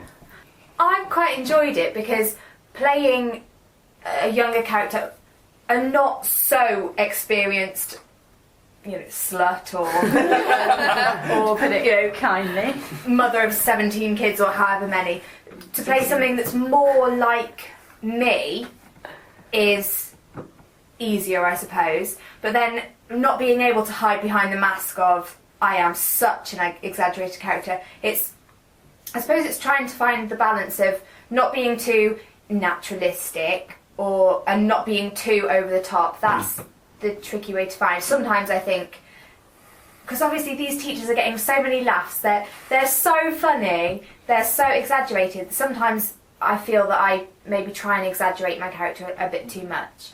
But at the same time, I don't want there to be a complete contrast between the two types of characters. So, but then having someone else, having Tom as well playing a similar role, I think we aid each other. We tend to try and match each other when we're going onto stage and things, don't we? It's strange because it can be very easy for us to go into a caricature and just sort of come up in the same level of craziness as the rest of them. I don't know where I'm going with this. But I think it's the withheld nature that makes the characters funny. Yeah, I think it's like the straight man in the kind of in this comedy relationship. Without you, we would just be totally crazy. funny. I tell you what, though, it's hard keeping a straight face. It's so hard. I think that's when it comes up with funny lines or funny songs sometimes, and then you get a laugh and you're almost like taken aback. Yeah. It's like, oh, I forgot that. Well, also, it's one of those things of like a lot of the time, like I think the two kinds of characters really contrast each other, but then also so that makes it funny, but also like when it's just Gladys and Gilbert, it's really, really funny because it's far more naturalistic. But stuff like the Gilbert moment when he's like leaving and he's like, fine, well then I'll never see you again. Except like around at the supermarket or the optician. And Well, today we had the marina. The well-known Edinburgh marina. But it's like, stuff like that is, and then also same with the teachers. Like there's stuff that's hilarious that happens between them because they're so ridiculous. Like the whole Glenda and having no clue that it's possible to get pregnant on a full moon and stuff like that. It's like it's unbelievably stupid, and only those characters. Like if there was a contrast there, it wouldn't be as funny because then it would just be strange. But like, they kind of really hate each other in that way. Is there an awful lot of ad-libbing going on? Yes. Having only seen it once, you don't know. It changes constantly. Yeah. It's more for... Well, we have, because obviously it's been going on for a while now, and the amount of rehearsals we've done. Every day, you know what, it makes it more fun, especially being in the back, not having any control on stage. They go on, and every day something's different. We have every day things change a little bit. Last night, Lizzie came out with, I thought I'd given birth, and then I just realised it was a big poo. Do try not to be, not even on stage. I'm at the back, like, peeing myself, and these poor guys have to be like... Today there was breast milk in the cocoa box. That was a good one. Yeah, and also it's like random stuff that goes wrong. Like the other day, Lizzie couldn't get her words out. Yeah. And someone was alright, and then she was like, I have been drinking. There are little things. Yeah. And also It because keeps we're it really fresh. good at covering each other as well. But then there are so many things. Bethan, particularly, who plays Barbara, ad-libs constantly. She's cruel. Which is She ad-libs so much. She's so funny. I think that's a good compliment for the actors because they get so comfortable. Nothing's ad-libbed to the point of the plot changes and we just change songs. But bods that happen. But that was another performance we're not going to go into. But I think it's a good. The actors are so comfortable with each other and with what they're doing that they feel. Comfortable enough that they can go. We know exactly where everyone else is going. Yeah, and so and it keeps it fresh every night for them, and it's a bit more fun. And it's fun to watch. I think you're right because we've trained together. We know each other so well. We're so comfortable. Yeah. That you're not going to go. Well, and it's just the look same each with other like in the I'm as not that I'm saying I'd be comfortable knowing that I'm fucked up, but it's like it's like to some extent there's a level of like. I'm going to try and get everything right, but even if something does go slightly wrong, it's okay, because either I'll cover it or someone else will cover it, and like something will make it okay, and it's like, it's great, because it's probably one of the casts that I've had like the biggest level of trust with, and like I know the show will work out and it'll be okay, like today, because, like, we're all really good coverers. The electric piano switched off, I don't know, hit it with my bum or something probably. And then it was the beginning of your song, Izzy, and you're like, and it was a really quick cue, and I started playing. It was like, dude, nothing is happening. And then Izzy covered it. She's like, come on, I want you to sing now. Start playing. I was like, fumble, go. Thank goodness they're frumpy characters anyway. That does let you get away with laughs. Like in fairness, they're all a bit mad. So if something does go a bit strange, and Hildegard does turn around and go, I have been drinking. You're like, the pregnant lady has been drinking. It's like you're not. I believe that. It's That sometimes I think she has. I believe it. I want to talk about slightly more than just the show itself, but I think just general impression of the show as far as I'm concerned. And I quite like being able to sort of say this kind of stuff to you rather than doing the little review behind closed doors. Do you know what I mean? It's the nice thing about reviewing in this fashion. But I think what's great about this is that it's quite simple in terms of the concept. Like us. It's well, I wasn't going to say that. I jest. Actually, what's nice about it is most things are quite simple. The accompaniment to the music, most of the time, is quite simple. And to break it down into nice simple terms, with no derogatory meaning at all, it's quite a plonky accompaniment. Yeah. And it is very, very simple. But over that, you've got this very complex musical score, which I actually think is really, really good. And great harmonisers.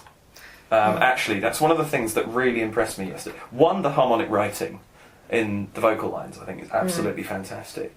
But two, the group as a whole sounds really good. And you've actually got a real winner here on the group of voices that you've got together. Because they all work.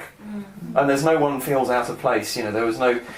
I think the only point where I couldn't hear somebody was... I can't even remember who the two characters were, but where there was somebody on both sides of the stage. That would be Yumi, yeah. And the only reason being, I was sat stage left. And so I got stage left blasted at me and stage right was somewhere over there. But that's what you expect for that. You know, it's not a professionally amped and mic'd company. You're not going to get the balance of sound, you don't expect it. And that's the only time, I think, in the whole show I couldn't hear what somebody was singing.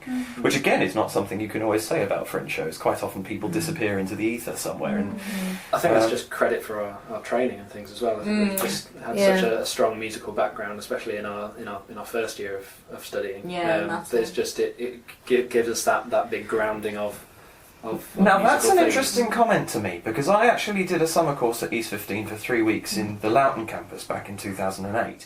And at the time, one of the reasons I didn't audition for East 15 was that there wasn't enough music. I think it was like a 1-2 hour... Well, even on... This was on the acting course, certainly. Obviously, this one presumably didn't exist. You said it's a new course. It didn't. But it was 1-2 hour singing lesson a week or something like that, which for someone who's a musical theatre nut just wasn't enough for me to audition. So there is a lot of music in this. On our course, we, especially for the first year, we had 6 hours of music a week. We had a 2-hour lecture and a 4-hour practical class. Okay. We did get more than anybody else, which did really benefit us. But also we would learn in our sort of African dance lessons or something like that. We would be maybe playing the drums for a bit. So there was a lot of learning different styles. Okay. And also a lot of the... We were very lucky on our course in terms of we have a lot of very musical people anyway. Sure. And that was the point that I We did. I mean, it was. I think it's a lot of it stemmed from in our course. There's a heavy focus on devising and creating your own work, which is part of where this all has stemmed from. But music has always played a massive feature in all people's devised pieces, and it's been. It's always been a vital part of the show. So everyone's always been, this has to be right, you have to be heard, it has to be clear. And I think that's always very prominent in everyone's minds, that's one of the most important things, because music is so integral, and we've always been taught that it's so much. It's not separate, it's not music and acting, it's not music. And then everything is just one big...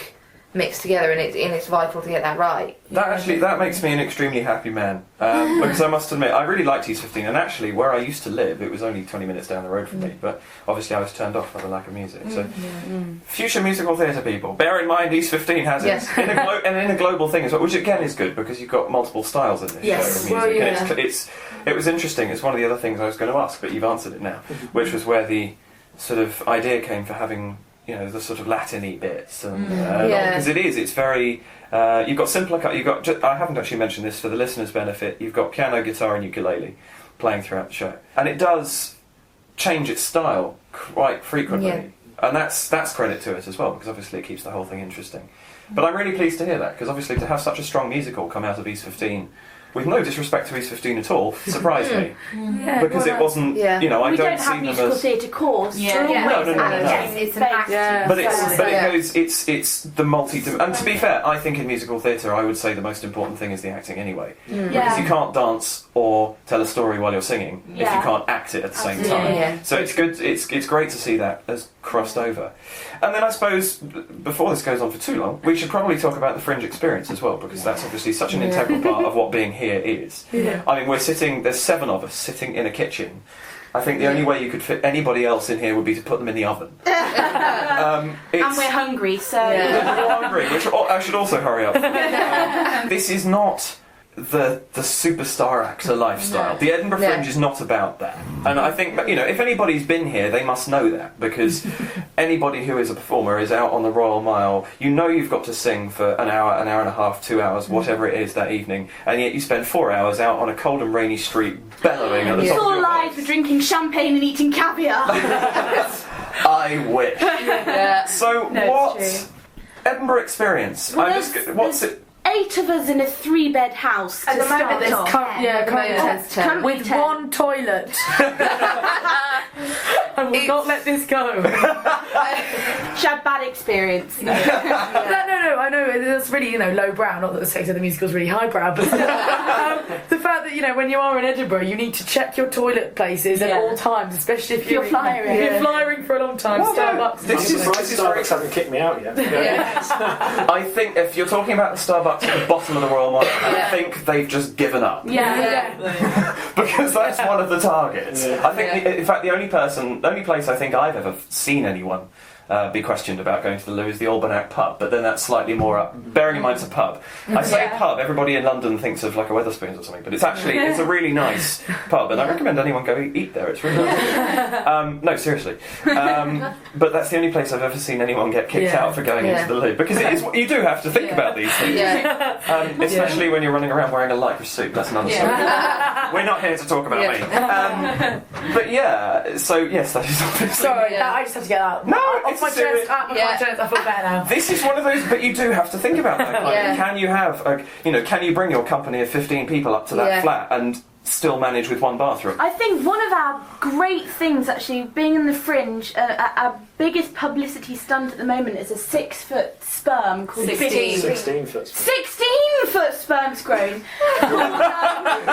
Used to be 6. No. Called Big Simon to repeat through the cough. And he's been great at getting us noticed. People come up to us and go, "You're the giant sperm people." Like, yeah, we are. Or a giant tadpole if you're under 16. Under 16's a giant tadpole or worm, depending on the parents' mood. And that is, I have borne witness to myself already 2 or 3 amazing instances of 4-year-old child coming up absolutely fascinated by a 16-foot sperm, which makes for some rather entertaining diversions, I must say. That would happen nowhere else. I think one of my favourites was we had a group of girl guides. A group of girls, about 20 of them. They must have been like 13 or so, and they came up to us and were like, "Can we have a picture?" And so their leader kind of took a picture with them, and then I turned around and was like, "Does anyone want a sticker?" Because I didn't think about the fact that there's this group of a bunch of people, and they were asking about the stickers. Okay, you can have stickers. And their leader was genuinely turned around and was like, "Seriously? Really?" These stickers have a small version of Simon the Sperm. I was a girl guide, and we used to find lots of scouts, so... That's girl guides in Croydon for you. That's true. But that has to be up there with the all-time advertising tactics. Let's face it. We were in a Chortle. We were in Chortle as one of the 10 publicity stunts at the Fringe, which came out, which was good fun. And catchiest titles, did we have? And top 25 catchiest titles from What's on Stage as well. But I think it's overwhelming when you get to the Royal Mile, because when you're going to come up, you hear this number in your head of, there's 2,700 shows, and that's not a number that you can translate into an idea of how many people are up there and how many shows are going on. You just can't imagine it in your head before you get here, and it's that thing of it's horrifying and amazing at the same time, because you think, oh my god, how are we ever going to get anyone in to see this when there's so much competition? But at the same time, it's the most incredible place to be as a theatre maker. Absolutely. Because the people you meet on every single day, you meet different people, and you see and you learn so much from different companies and different shows that you go and see. And I think that's I would say that any person who wants to be an actor, director, theatre maker, technician, anything, must do the Edinburgh Fringe, because it's a baptism of fire. You're working so hard all the time. You don't get days off. You have to be out, and you have to do all the things that you forget about with shows. You have to do the marketing and the publicity yourself. You have to feed everyone, so you have to make wear time. the giants. Yeah. You have to do all these things, like even like cooking. You have to make sure you've made this time for all these things that you totally forget about. And I think it's so important to come up here and get an experience of doing that, because you get. So you live in the lap of luxury, and when you're just kind of doing a show in a theatre and everything's done for you, and you just rock up, do your rehearsals, go home, and that's it. And I think it's just a fantastic You learn a lot more than just being. And the weather's been quite good, which I'm really Touch wood, please. That's Edinburgh Fringe. Flood down the Royal Miles Mark. That's Big Simon ruin. It has actually, but you are right. We're on now the 9th of August. If my memory serves. I've been up here since the 1st. Same. And we've had one day where we've had torrential rain and about 2 little showers, which is a small miracle, really. It's been beautiful, really sunny. Especially with July, that was awful weather in July. Well, fingers crossed we hold that, because actually both of our advertising tactics will go down. That's getting too wet. But no, and I think that for our listeners' benefit, because it's something I've not heard Thoths mention on this podcast before. If you imagine what Leicester Square looks like when there's a premiere going, a movie premiere going on, and then make that 1 mile long. Not just for sex ed. That's what the Royal Mile looks like, and that is on a proper day. We've had a few quiet days, but today was, for me, based on last year's experience, today was the first quote-unquote proper day where it actually felt populated. That's what the Royal Mile's like, and that is how hard it is to get, with the occasional break where there's some random performance art company just lying in odd positions on the floor. You do actually have dancing with black You do actually have to be incredibly careful not to tread on actors when you're up here. It's very easy to do. Especially when you're in a giant firm. Have peripheral vision. This I can or only have peripheral. This is very true. And obviously you've also been doing very well in numbers. Yes. You've got an auditorium of 167. Yes, that's right. And you've had the highest count I heard was 96 or something. Yes, that's been our highest number. Right. Yeah. So that's already essentially 2/3. 6 or something of shows. Well, a bit more. No. 60% full. Yeah. Which is really good for an auditorium like that so quickly. Yeah. It's our 6th show today, so we're hoping to just go up and up with every show. Well, it's being talked about. I mean, I'm hearing it talked about a lot while I'm out and about, and that's nice to know. which is good. So you're obviously making an impact. And you were saying you were in the Telegraph today, which is great. That's great. Very odd. Yes. But there you go. If you open the Telegraph and you see a big sperm, I'm talking to the people who created it. Which, when you're in a room full of girls, is a really odd thing to say. No, one guy here, but predominantly girls. I was going to say it's great for the male company. I'm just. It's a very odd sentence to come out with, but there we go. Well, I think we'll sort of wrap it up there, because I've been rambling on for quite some time, and you all need to eat. But fingers crossed, this is going to do really well. It's a fantastic show. I would say I will urge people to go and see it if it goes anywhere else, because I know for a fact that now, unfortunately, that this will not be going out while Edinburgh is still active. But yes, if you ever hear of this show again, go and see it. It's great. Actually, I'd be very sort of surprised if you guys don't have a good few sellout shows. I'll be frank about that. But for the listeners, they can follow us via social media. That was my next question, actually. So go ahead and we're on Twitter. If you search Sex Ed the Musical, we're there. Also, you can follow the company Outright Productions. Our Twitter handle is Outright Pro. Right is in physically right, like a letter. And you can also find the company Sex Ed the Musical on Facebook. We have Facebook pages. And we do have our own website if you type it into any search engine. If you just Google Sex Ed or Outright or Productions, any other search engine. Other search engines brilliant. as well.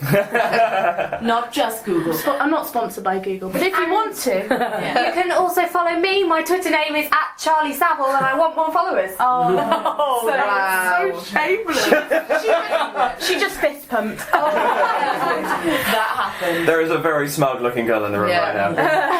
And rightly so. Well done. Well, you see, this is what the Fringe is all about. It'll be cut out. Get your word in when you can. Yeah. It's absolutely true. And while you're at it, why not follow at I am Mr. Millennium as well? No. It'll be Harley 13. No, before we start sort of giving out all our personal details on the radio, I shall bring that interview to a close. So thank you very much, guys. For, Thank you. talking to me. Coming. Good luck with the rest of the run, which will be finished by the time this goes out. It seems like a very odd thing to say, but I hope it goes really well, and I hope it goes somewhere in the future. Thank you. Thank you very much.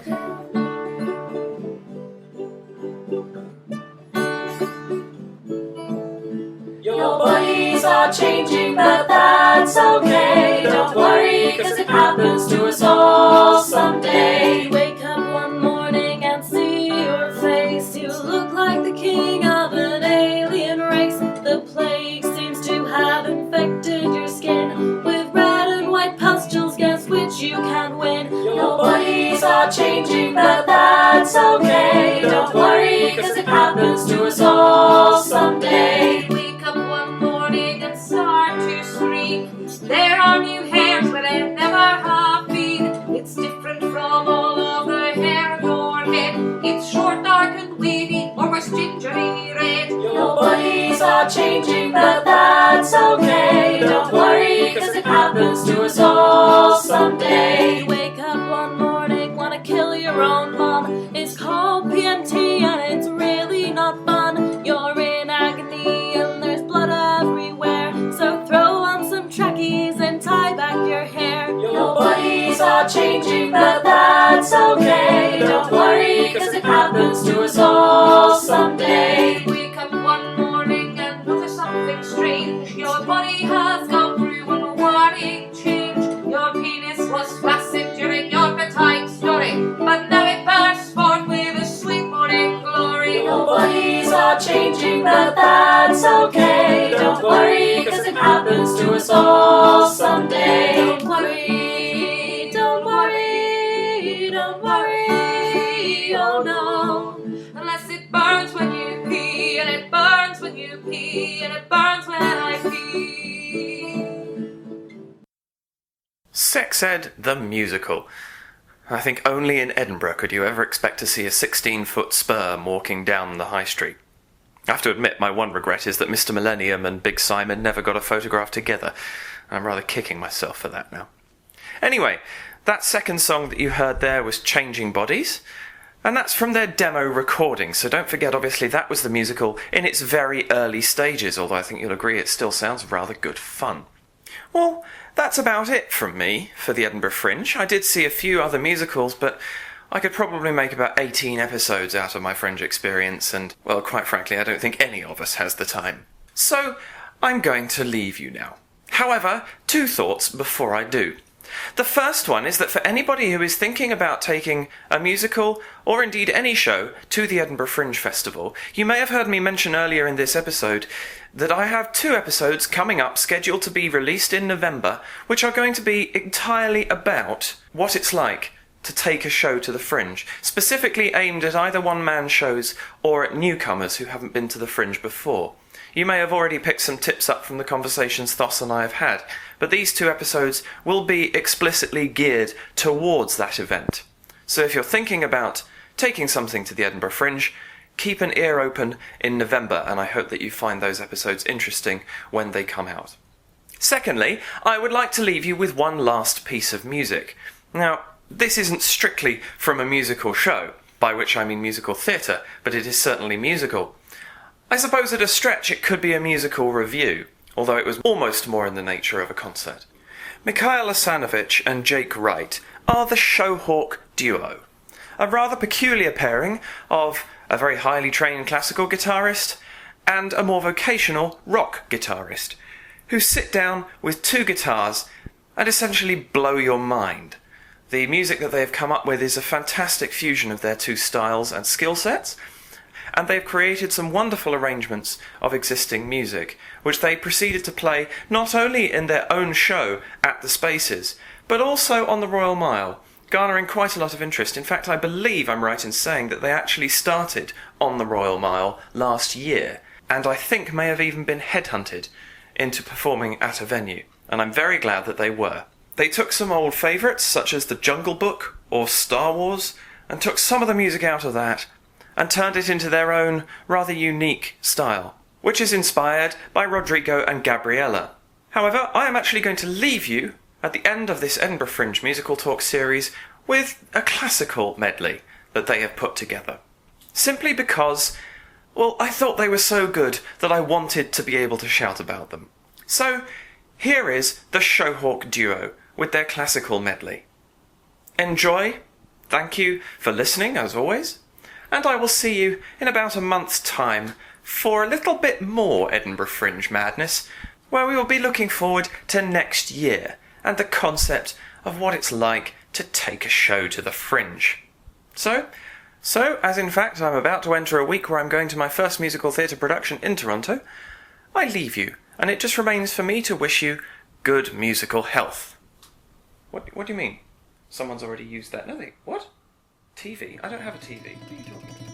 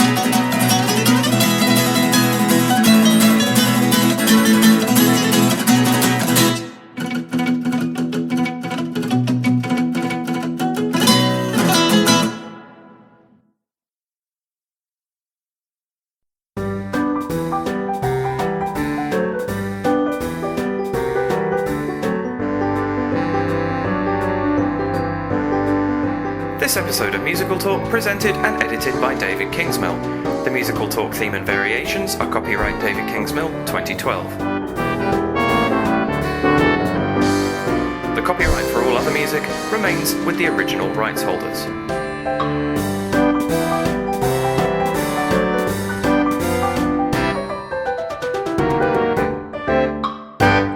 In the beginning, there was the Word. And then there were outtalks. Everybody happy with that? Yeah, If you are. Anything you wish you hadn't said? Say it now, because I will forget. Tough. You've probably noticed just talking to me, I say more than any other human being on this planet, so I'm used to editing these down.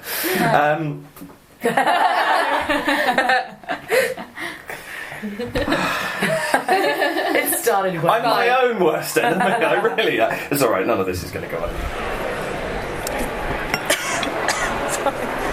When you finish choking, we shall go on. Are you sitting comfortably? I'm doing so well today. Oh god. Yes, Company. It was a while ago, I can't remember it now. A while ago, it was about 6 days. Yes! Not even After that. which I've seen how many shows? It's alright, I can't What can remember what I I say? saw yesterday. But yeah, I thought apparently that Sunday was Saturday. Well, it's like me, I saw the most amazing thing. Oh, yes. I can't remember it. Yes, that was very impressive. Anyway, back to Company. Yes, Company. Otherwise I'm going to be editing this thing for about 8 years. Yes.